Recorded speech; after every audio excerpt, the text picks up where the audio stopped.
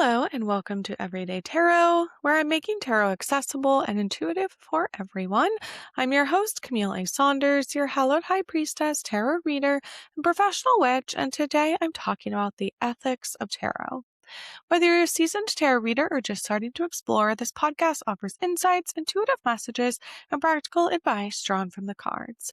Each episode is designed to help you connect with your inner wisdom, find clarity in your decisions, and tap into the energy of the universe. Tune in every Monday to check out the latest episode. If you're enjoying Everyday Tarot and want to go deeper, I'd love to invite you to join the Everyday Tarot family on Patreon.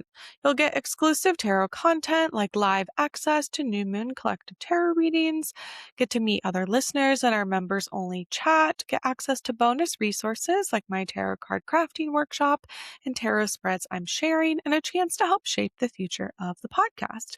Your support helps keep the show free and accessible for everyone, and you can find the link in the show notes to check out the Patreon. If you can't commit monthly but really want to get a reading from me, perhaps, right now I'm actually offering pay what you can tarot readings for the next month. So I'll have the link to that as well. And that will get you a 30-minute virtual video reading with me. Afterwards, you'll get a full video or a full write-up of the cards, the themes we discussed, images of the cards I pulled during the reading, and the recording of the reading as well. So you can always refer back to it.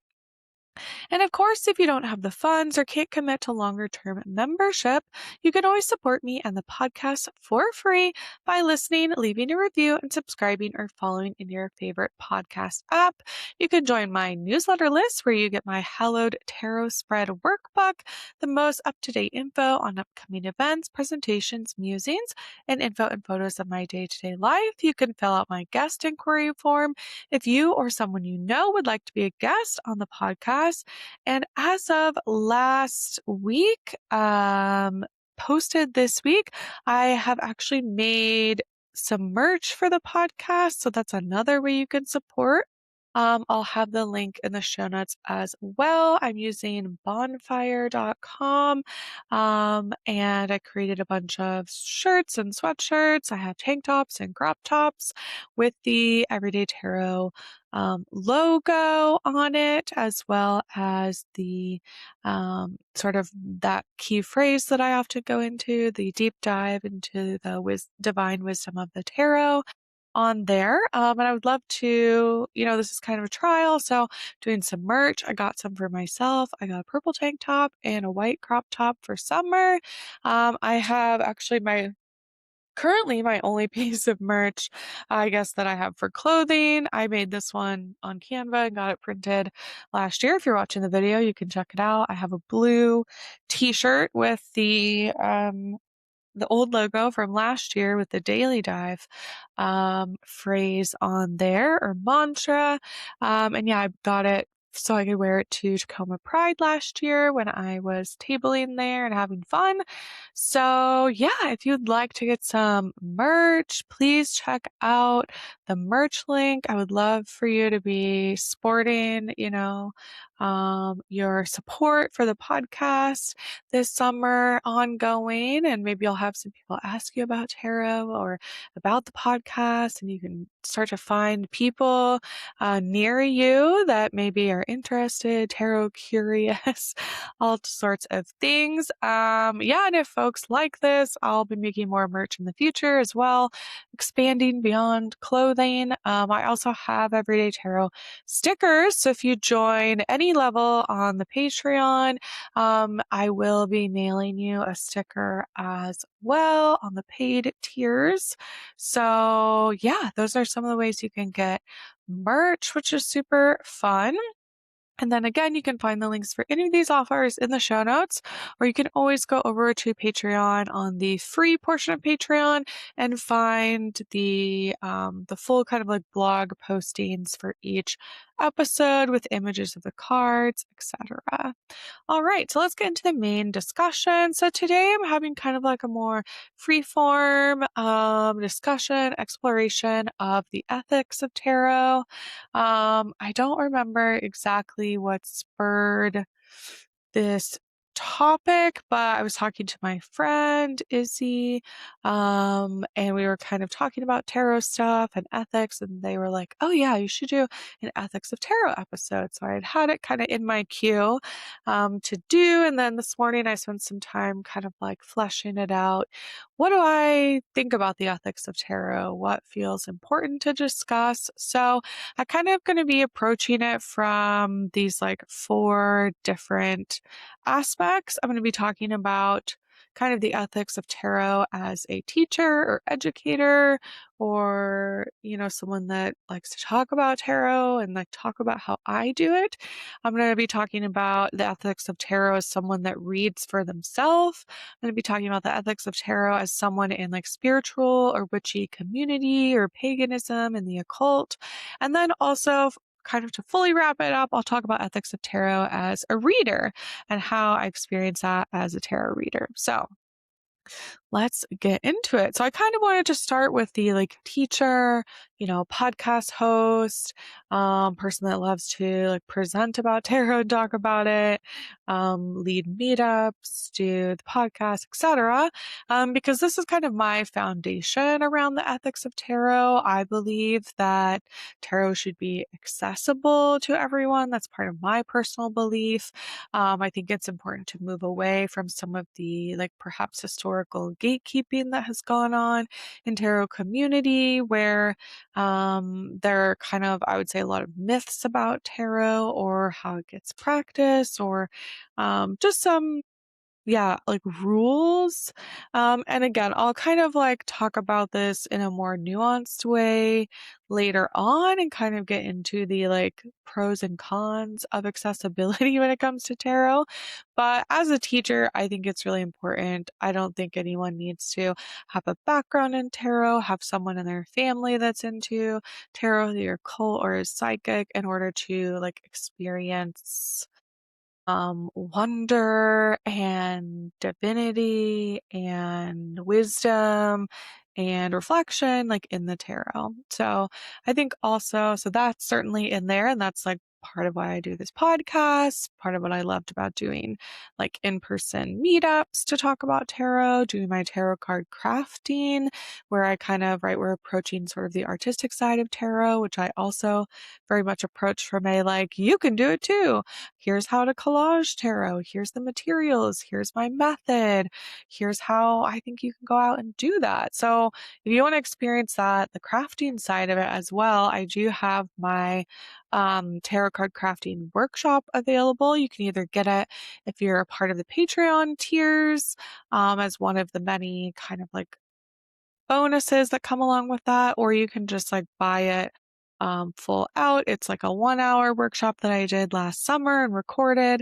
I have like a 20-page, 25-page guidebook where I go through my methodology, like why I think it's important, what to know about tarot, how to approach it artistically, even if you feel like you don't have any art skills, um, and how to kind of that creativity and crafting tarot also like helps you engage with it in a different capacity than the perhaps seen as more passive side of like pulling tarot cards or experiencing tarot from a reader or like a querent, so the person asking the questions of the tarot perspective.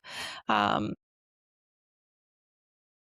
so if you want to grab that and like want to deep dive into this other aspect of accessibility, I think when it comes to tarot, you can always go to my link tree on Instagram, where I'm at professional.witch. And I have like most of my offers in there, video podcast, the workshops, the merch link, anything like that. And I do try to keep it up to date. Okay. So what else as a teacher do I think about the ethics of tarot? I do think another part of it, like how I do it on the podcast, is so sort of being like transparent about how you do tarot. I wrote down like open about my own experiences, but I do feel like this is like sharing your own experience with the tarot. I love when guests come on the podcast to ask them, like, where did you get your first deck? Like, how did you first come up like around tarot? Did you get it as a teenager? Did you pick it up recently? Did you feel like called to it in a store? Do you have familial like tradition of tarot? All different things, and people have different experiences, but I think that that's like a fun part of doing it. And I think as someone that's like, in another part of my life, trained as a therapist, we talk about that in therapy school, I guess, a lot, which is like how transparent or like how open about your own experiences are you with clients and kind of the different approaches to that and some of the like pros and cons to that, or like how do you decide when it's appropriate to share something about yourself. And again, in therapy world, there's a lot, at least in my like graduate school program, we talked a lot about how do you know when to share things about yourself personally. And a lot of it has to do with like, is it being led by the client? Do you think it would be something that's going to like help the client in some way? Or are you doing this from a place of like something that feels a bit more self-serving? And obviously, there's a lot of like rules and boundaries inherent in the ethics of the therapy profession. So it's something I've like thought a lot about. So I try to I tried to keep that in mind as I was approaching this discussion of ethics of tarot as well, like how much of my ethics around it, like, yeah, where are they informed from? So part of it is like accessibility, part of it is like moving away from gatekeeping, like I said, and kind of my personal belief that like I think tarot is for everyone, and I would love like everyone to be using tarot. I would love for everyone to have access to therapy, to benefit from therapy. That doesn't mean you need to be in it all the time, but I wish everyone could have access to it, whether that be financial or time-wise, or to have a therapist that really like works for them. I think kind of my last point around the like ethics of tarot when I think about myself as like a teacher a bit more is like that sharing something that you love to me is always more convincing than telling someone that they should do something. Right. So again, it's like if I like part of why I love to do the podcast or why I love to have guests on or why I like to read tarot for myself and others is that like I love it. I love that way of connecting. I love being able to kind of tune into my intuition that way, to get like what I see as downloads from the universe in that way. And that's why I want to talk about it. Like, and I know sometimes that might come across as like a bit evangelical about it, like, oh, you should hear the good word about tarot. But I don't actually need everyone to do tarot. I want everyone to have the option, I guess, is kind of where I'm at. And just that, like, I like to share about it because it's something that I love and that has helped me and helped, like, yeah, again, me, like, be more in tune with my intuition. It's a way to do that, to get and kind of be in what I see as like communication with the divine, with the tarot as like the medium in between. Some people do this with religious texts, things like that. I feel that way about tarot, I think.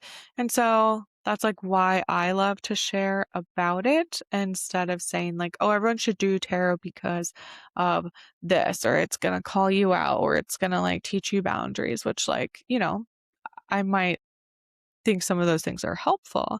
But again, sort of, I think about it sometimes in the same way that I do as a therapist, where I'm like, yeah, but people might not be ready to hear that right now, right? Or, and so people may come around to it, and I want, again, them to kind of know that it's available to you, that it's available to everyone in my belief system. And that's part of why I do what I do. So let's get into more of as someone that reads for yourself. Again, maybe you don't resonate with you're like, cool, great. So happy for you, Camille, that you have a podcast and like to teach about tarot, but that's not what I want to do, right? Like I want to just learn how to read tarot for myself or, yeah, like connect with it. So I think that as someone, again, like when I think about myself as a person that reads tarot for myself, which I certainly do. Not all of my tarot is on the podcast, although a lot of it is. But yeah, I think it's important to me that part of it is having some level of like community or learning from others, whether that's like books, a podcast, friends, mentors, like learning from other people that do tarot and interact with it, have written about it. Like I said, I think that's like important. And just as important is to find like your own way of doing it and what works for you.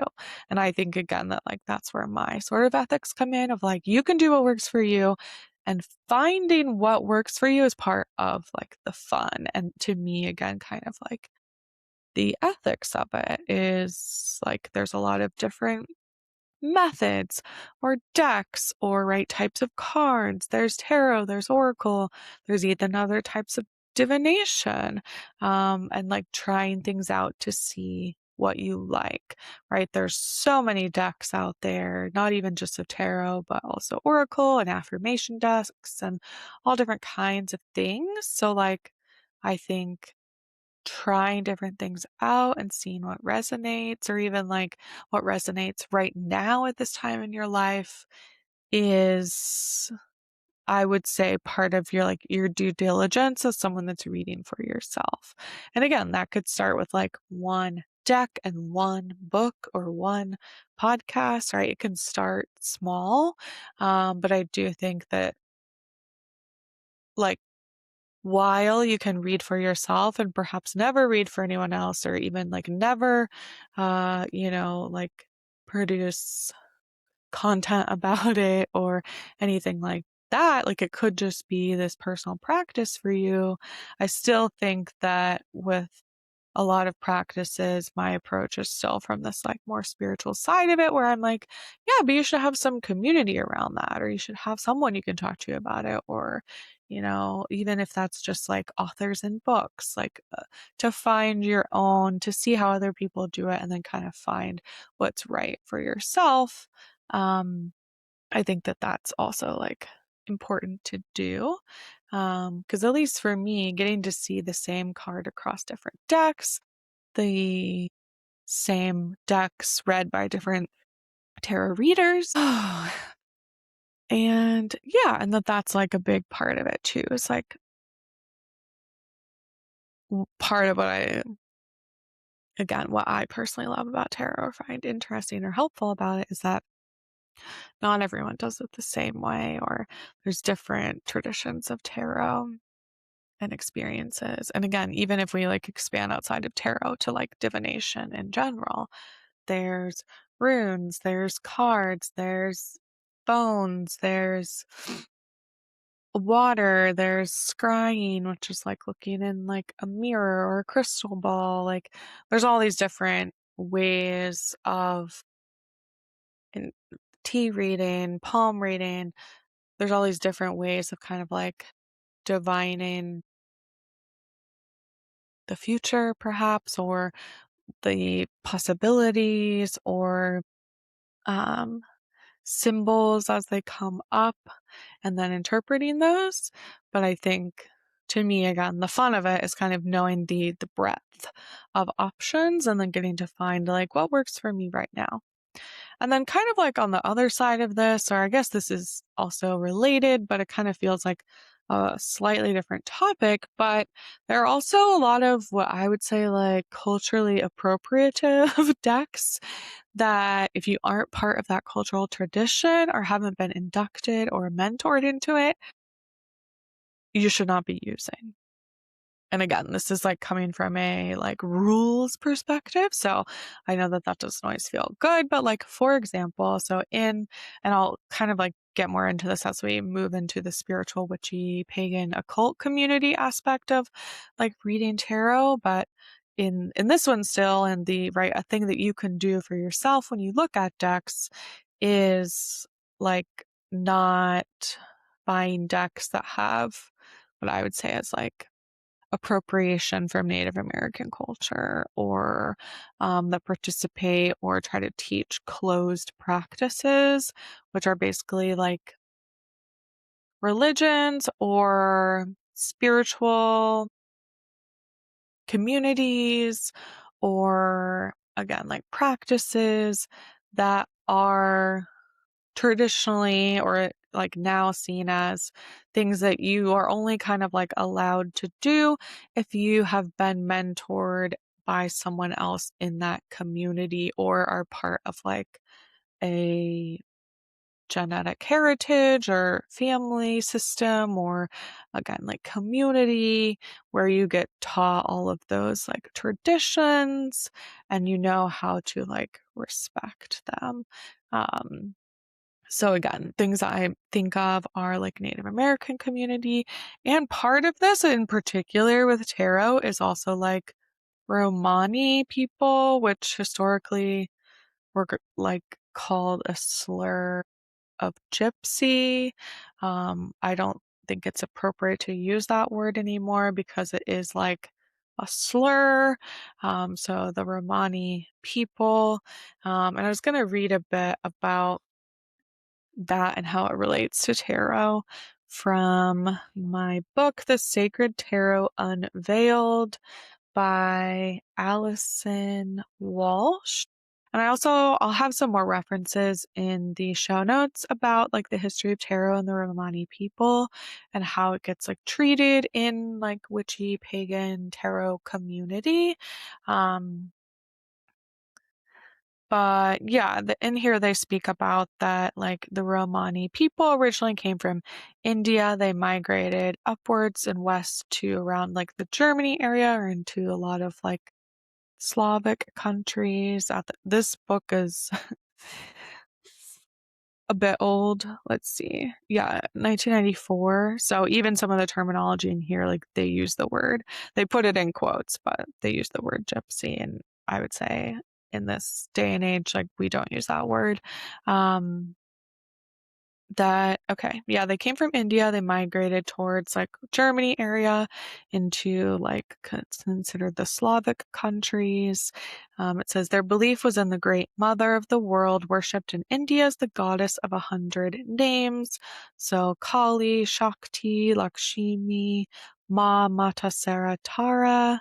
A divinatory reader amongst the Slavs was called a Vedavika, a truth-sayer or one who reads the Vedas, which were the sacred books of ancient, orally transmitted stories of India now written. And many of the people themselves were tortured and burned at the stake, along with other members in that community, and very many like women that weren't even part of those communities for being witches, or were killed for being familiars with the devil and demons, like in the Red Crusades time. Um, it says, truly the Middle Ages was a time of madness, which the Catholic Church created with its war on heresy by its institution of the Inquisition. More people in history were killed and terrorized by this greatest of persecutions, exceeding 5 centuries of violence, greater than the Holocaust of Germany. So this is another like aspect of, I think, in particular, tarot, because I would say as someone who like was born in the 1990s, yeah, the word gypsy was used. It's often still seen as like a Halloween costume. There are tarot readers that I would say are not part of that cultural tradition of the Romani, but still use a lot of the like cultural pieces. Like for example, like headscarf things, or the sort of um like coins around like the waist, or dress pieces like you might see in like belly dancing communities, or um yeah, there are aspects of that culture that get kind of, again, made into a Halloween costume. In the same way that I would say, like, at least in America, like in the United States, Native American community does as well. And so those are, yeah. So I guess with all that to say, like, if you are, again, like buying decks, and this is also a part of a larger practice in like the pagan community, not just with tarot, but like with other aspects of the occult or paganism, or like, for example, not buying white sage from witchy shops because often it's not harvested sustainably, and just like other, again, sort of like closed practices, like consuming some plant medicine. Those are protected for people of that community. And if sort of everyone goes out and harvests white sage, or for example, like peyote is another one that is like protected. It means that people of that cultural tradition are losing a lot of that, like of their cultural pieces, or like as those that actually steward the plants, the medicine, the aspects of it, when we're just kind of like selling it to the masses in stores, it often depletes what's available for people who have stewarded this plant or land or community for hundreds, if not thousands of years, because we like saw it in a book once. So these are some of the things that I'm talking about. So another one is kind of like hoodoo or voodoo culture, which is part of, um, I guess I'm saying this as like another closed practice, meaning that unless you are, so like the rituals and the religious communities are like restricted to those who've been formally like initiated or belong to the lineage. And like Haitian voodoo or like Louisiana voodoo is like a religion and closed, seen as a closed practice. So saying again that like, um, unless you have been taught that and it's in your lineage, you've worked with mentors and the traditions, that you should not really be participating in those things. So again, that's something to like look out for when you are buying decks. Like, is there Native American art or symbolism in the deck, but it's not created by someone that's part of that community? Um, yeah, for example. I don't want to get like too hung up on this topic because it can be a lot of things. But again, so as we open it up to someone, to like the ethics of someone in the spiritual or witchy community, even if you don't necessarily like identify that way, like tarot has historically been seen as part of like a spiritual tradition or community, we have to acknowledge the history of like witches and psychics and tarot readers, midwives, um, plant medicine people, and all of the persecution that came along with that, right? That people literally died to carry on these practices and often died for their practicing this or even being accused of doing so, even if they didn't themselves. And so that's also important to remember. And what sort of made me think about this aspect of it is so I had this like topic. I've had it on the schedule for probably like a month and a half or 2 months now. Just when I had like an availability for an open topic, I wanted to talk about this. And then just this morning, I like saw a YouTube short that I was like, oh yeah, they're talking about this. So this is from Shameless Psychic Jackie. It's a YouTube short. I follow her channel, so I like see a lot of different things. But this morning she was talking about tarot and astrology readers or practitioners and kind of the ethics around it. And she was sharing about that sometimes there are people that have really like low cost services or things, tarot readings. And she was sort of speaking about like sometimes you get what you pay for when it comes to readers and psychics. And again, that we have to sort of acknowledge the large history around people that were persecuted and died to carry on these practices. I mean, people still are persecuted, but that is part of the history, whether that has like personally happened to you or not. And that sometimes when we discount or like have low fees for things, like sure, that can be accessible, which I think is good and helpful, and that sometimes it brings the view of the practice down along with that monetary level. And I guess again, like I have heard this talked about in therapy world of saying that like, yes, we want therapy to be accessible. Yes, I want people to be able to afford it. And as someone who, right, like went and got a master's degree for 2.5 years, and then also like finally I started grad school in 2019. It is now June 2026, and I have applied for my full licensure. So it's been 6, 7 years since beginning like that journey where I'm gonna finally be like quote unquote done. I've like finished all of the schooling and hours and everything that goes along with it. That again, if like we as a therapy industry, if some of us have low fees for or low costs for therapy, that can bring down the average pay of everyone around you, or even just how people view or value therapy.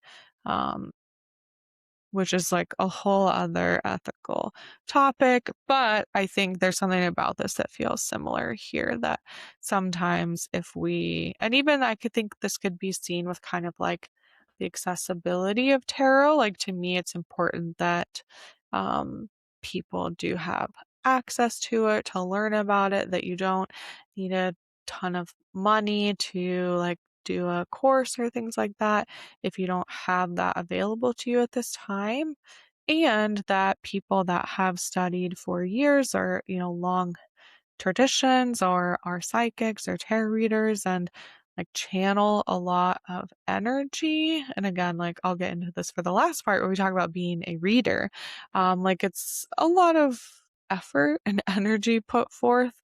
And so there needs to be some kind of energetic exchange to do that. Now, whether that's again like financial or more of like bartering or trading services or that yeah, sometimes you do it for low cost or for free, but that also we want people to like respect this tradition and practice because it is like a spiritual practice and community, and sometimes people don't necessarily practice it that way or talk about it that way. And that, yeah, to go into that, I guess it's like, I don't want to prescribe for other people. Everyone's different. How one person reads can be very different from another, or even why they do so. And kind of as someone that's like also being certified as a sex therapist, there's like a phrase in that, especially around like kink things, where it says, don't yuck someone else's yum, right? Like, don't tell someone that they shouldn't like certain things just because you don't like it or you don't understand the appeal. That phrase in particular comes along with like a kink community. But yeah, I think it feels similar in this, where it's like just because someone else does tarot reading differently than you, I think it's always interesting to like learn the how and the why and like why they feel that or why it's important to them, and to not necessarily be judgmental of that. So, for the final part, let's talk about again, like as a tarot reader, as someone that, like, I feel like when I do the podcast or pull cards on the podcast, you know, you probably know this, but I like to do collective tarot readings, which means like I don't necessarily have a specific person in mind when I do readings on the podcast. Like, certainly, I think about how it applies to my own life, and, hopefully folks that listen, like you all get to, there's some things that click about, oh, maybe that's like applies to me right now. Um, but I think I do often experience it as channeling, which is sort of like yeah, you're in a certain state when you do that. And again, like I think there needs to be like boundaries around that for myself and others, or clear terms of engagement when it comes to being a tarot reader, right? Which again, some of that can be like, it's going to be this much time and this much money, and like making sure the energy exchange, like including money, feels fair and balanced. And if it doesn't, change it up, right? Whether that's as a reader or as a client, like if you don't feel like you're like getting your money's worth, like maybe that person's not the right one for you, and finding someone else that it does feel that way. Um, I think like again, like yeah, having clear terms of engagement, which I just mean like you know what you're getting. So again, like when I do tarot readings for folks, it's like, okay, we have a certain amount of time. I'm gonna like we're gonna record it on video for now, and then you'll get the recording later. So if you want to process it later or go back to it, you can. I'm gonna write stuff down so that you can see it, right? This is part of like the accessibility of it too. I think I still bring that to my readings, which is like, yeah, if you're a visual person, if you're an audio person, if you're it's easier for you to like see it written out, like verbal instructions, and then also to see the cards themselves, because that to me is so much of tarot, right? It's why it's important to me on the podcast to like always have the images of the cards available to you all, even if you don't have the deck, because I think that that's like such a large part of how we interpret tarot. And then, yeah, I'm going to go into some examples as to like why I put these specific things in here to just like give a better idea. But I think the last one, or yeah, I guess two. So is like as a tarot reader, like sharing with compassion and honesty. Like I said earlier, like I have had experiences where um I might feel like I got the like what again I interpret as like a download from the universe, like oh, this person needs to know this, but with like slightly softer language, or like I think it's important to share honestly like what you do learn or channel as like a reader, what you see in the cards or what comes to mind, like honestly. And just like with other types of honesty, that doesn't mean everyone always wants like brutal honesty, or doesn't want some level of like kind of like emotional filtering when it comes to sharing that information. And then I think the last thing is a tarot reader, which like I think is more like seen in pop culture about tarot readings, where it's kind of hard for me to be like, does anyone actually do this? Or is this just like what people who maybe don't necessarily know tarot or want to use that as a plot device in a movie, a book, a show, music, like think about it. But to me, it's kind of like, don't use it for dramatic effect. Like honor what the client sees in the card as well and use that to inform the reading. But also like in so many movies and shows, they pull like what are seen as like the worst cards, like death, the tower, the three of hearts, which is kind of like the heartbreak card.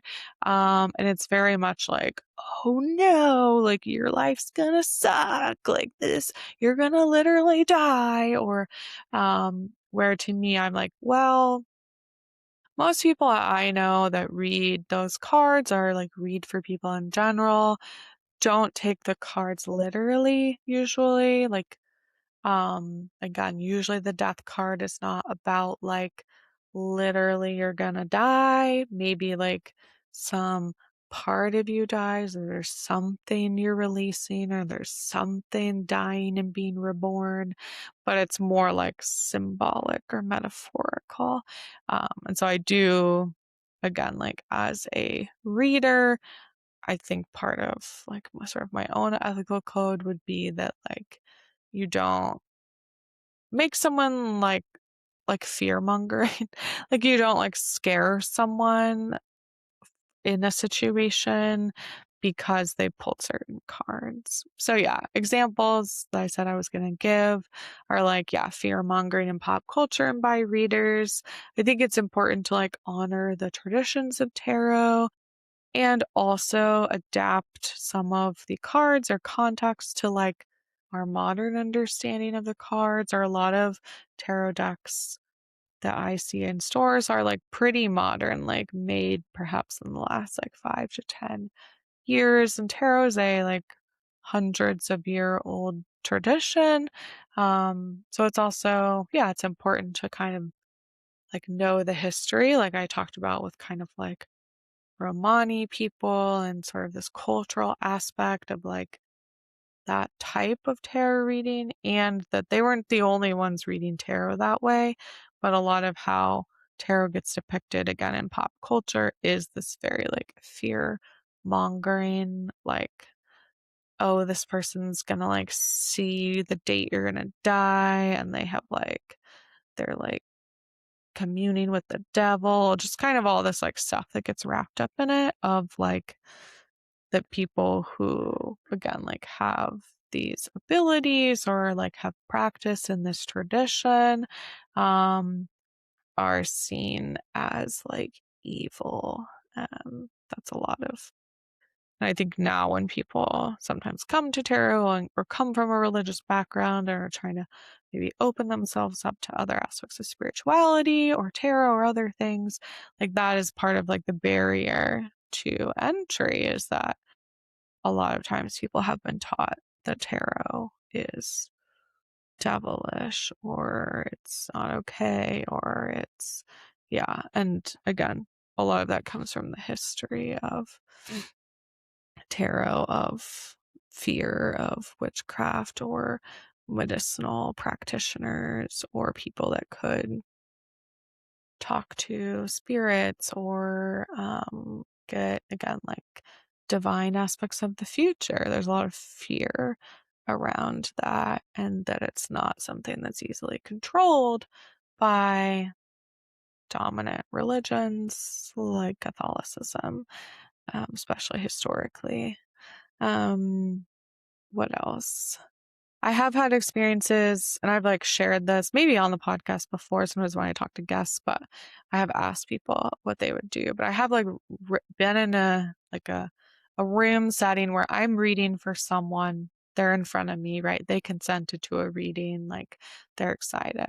And then there's like other people around in the room, or like we're in a setting that's more of like a market, or where there's like people passing by.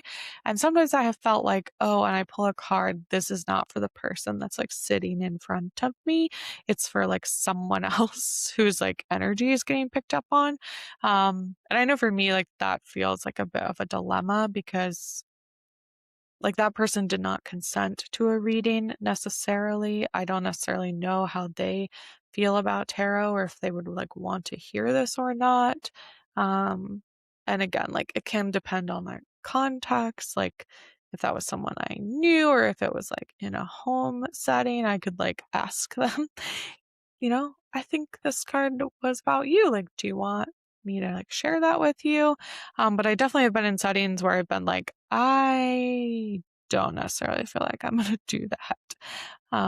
Where it's more like people are just walking by that I've never met before, things like that. So I do feel like this is a sort of like an ethical dilemma I have come up against, and I just sometimes I'll ask other readers about it because I'm like curious. Because I think again, like when I think sometimes about the parallels to being a therapist, like as a therapist, sometimes there are times where I'm like, oh, I feel like I know what's going on. But again, I'm like, I don't really know if you're ready to hear that, or if I do share it with you, like you very well might blow up and never come back again.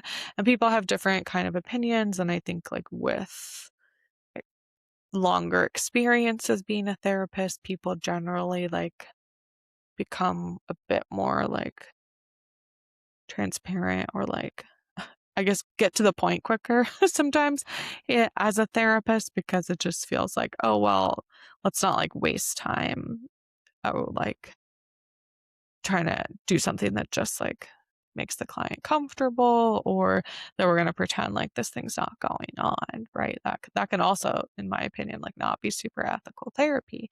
So I guess I think about that as like a tarot reader, where it's like, yeah, I want to share things that I feel like honestly are about other people, and like I don't necessarily know how those people are going to react or how they're going to feel about it. And I prefer to, if I'm going to be pulling cards for someone, that, they have consented to the process. Um, so yeah, I talked about kind of the fear mongering in pop culture. I think also about like when doing tarot, like in ritual or community, or I've done it as a therapist in like client sessions with people, not necessarily like reading for someone, but like utilizing tarot as symbolism or a means by which to have a larger discussion. Or even when I like do tarot with friends, like I treat it as like you are communing with the deck, and that you should treat it as such, that like it's its own energetic thing. It's like in the same way that I might treat a plant or wild animals, where they have their own energetic, I was going to say like symbolism or like aspect to them. And this is why like sometimes you'll hear about like, oh, how do you like get to know a deck? Like you can like interview your deck by pulling cards and like asking questions, or you like physically take it around with you, or like put it under your pillow or bring it in your purse everywhere as a means to like commune with the deck. That I do think tarot historically was built as a way to commune, again, like not in isolation, but seen in community. And so like, while again, I think if you just want to read for yourself or you want to use tarot for yourself, like, I'm not going to say that you need to like read for other people because you have to learn what that's like. But I know for myself, like when I did read for other people, even when it was friends or casually, or I would post a spread of cards I pulled on an Instagram story and I would say nothing about it, like there's still a level of like community along with that, because other people are seeing it and interacting with it, or other people are coming to talk to me about it and saying, "Oh, would you do a reading for me?" That I do think like acknowledging that, like most rituals or like spiritual or religious, again, like holidays or rituals, like they are often meant to be done in community, and we should treat it as such. Um, yeah, and then I guess the last one I kind of already talked about already, but just this idea that, like, as a reader, perhaps, or as someone like teaching about tarot, I need to make sure that, like, lowering the fee for tarot might undermine other readers and the value of it. Again, not that I think that like we should make tarot inaccessible to people, but I also want to say that, again, like with therapy, I'm like, I think almost all therapists should get paid more than they are per hour. And I recognize that like even the current cost of therapy, or the current cost that, or what therapists get paid from insurance, like is still inaccessible to a lot of people. And so it's a balance. I guess we can hold both things at once, both ideas at once, that we don't want to undermine like the profession, the practice, the amount of like energy it may take, or the, yeah, the the skill and like talent and practice it may have taken for people to get to the point where they are, to be a reader, to offer it at a certain price or teach it at a certain price. Um, yeah, and then again, like I feel like we can hold both those ideas at once. So yeah, I'll have, like I said, I'll put the YouTube short that I saw with Shameless Psychic Jackie on in the notes. I have a couple different articles and like a Reddit post that I was reading about with like the history of tarot and Romani people, and that I kind of used to form like my discussion about it. I will link the workshop for my tarot crafting like workshop in case you want to check that out. And then, yeah, let's go ahead and pull a card before we wrap up today. So, yeah, is there anything else we need to know on the ethics of tarot that need to be shared or that we need to keep in mind as we move forward with this topic or in engaging with the tarot? I'm pulling from my Snag tarot deck. Ooh, I pulled the Tower. Okay, so change is coming. That's what I would say.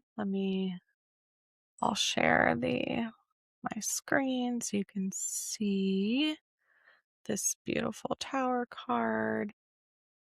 Share, window. All right, so here's our Tower card. Like I said, very beautiful. So this is the Snag tarot deck. This is the guide. So here's our card here. So yeah, the traditional meaning of the Tower in tarot is generally like upheaval, sudden change, collapse of structures, especially like kind of false ones or like an illusion of structure, and also revelation, right? The things that come when we start to see clearly. The Tower represents a breaking point when something built on unstable foundations collapses. So this deck says their take on the Tower is it signals disruption but not without purpose. It can point to the collapse of systems, beliefs, or situations that were never sustainable or just. While this can feel chaotic, it also creates space for rebuilding in a way that is more honest and equitable. This card asks you to consider what is falling away and whether it needed to. So, very interesting when we think about this in the context of ethics of tarot, right? Perhaps something in our larger world is collapsing, and tarot is our, perhaps the space where we can rebuild the world we want to have, the world that we can imagine and create that is more honest and equitable. Like, that sounds great. I would like that world. Right? There's something falling away. And again, perhaps maybe for you, that's the idea that, right, the tarot is like the devil or evil. Like perhaps it's this idea of, oh yeah, that's something that other people do, not something I can do, or I don't have the skills or talent to do that. Right? There's something, I think this is sort of like a larger conversation about like tarot also signals disruption, like, but perhaps like there's a purpose of doing so. Like maybe some of our old systems or beliefs or ways that we used to think or practice in the world, right, were exploitative or not sustainable. Um, and then, right, obviously the tower crumbles. It often gets struck by lightning. It's on fire and we have to kind of escape it.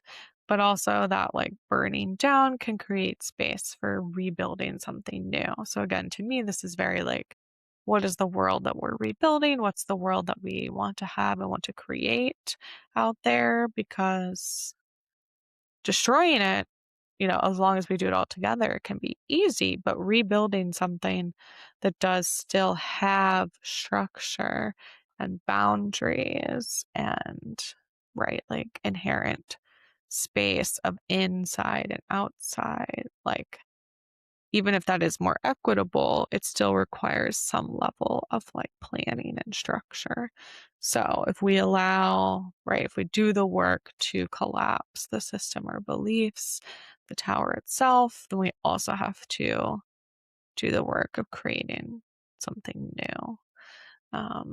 Which again doesn't have to happen in the tower, but right, that's why the star comes after the hope, the renewal, the guidance, where it sort of helps to lead us of where we need to go next.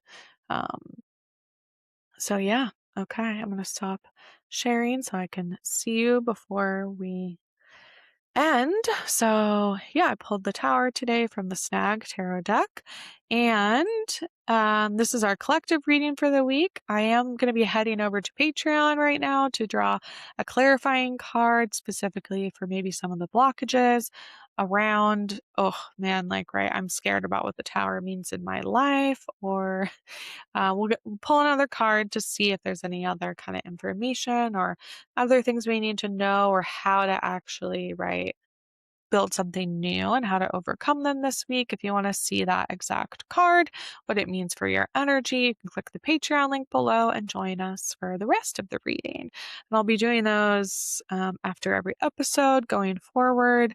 I kind of just like stop this recording, say goodbye. I head into the next one, and last time it was 10 minutes. So, where I pull another card and kind of see, yeah, what else we might need to know, or how do we actually deal with that. So you will get weekly episodes, usually published Mondays, guest episodes about once a month. Every episode is recorded on video as of 2026, and you can always check those out on Spotify and YouTube and other platforms coming soon. Otherwise, the audio is kind of everywhere you get your podcasts. If you or someone you know would like to be a guest on the podcast, you can fill out my form to be a guest. Links for the decks I talk about will always be in the show notes and on Patreon if you want to look at them, or like check out the cards I pulled. Go ahead and check out the merch link at bonfire.com. Get your merch, match me in your purple tank or your white crop top or whatever you want to wear this summer. And thanks for joining me today on Everyday Tarot. Tune in every Monday to check out the latest episode. You can always email me, e@CamilleASaunders.com, with your thoughts, questions, and more, or you can comment or review, the episode wherever you find your podcast. All right, see you soon. Bye bye.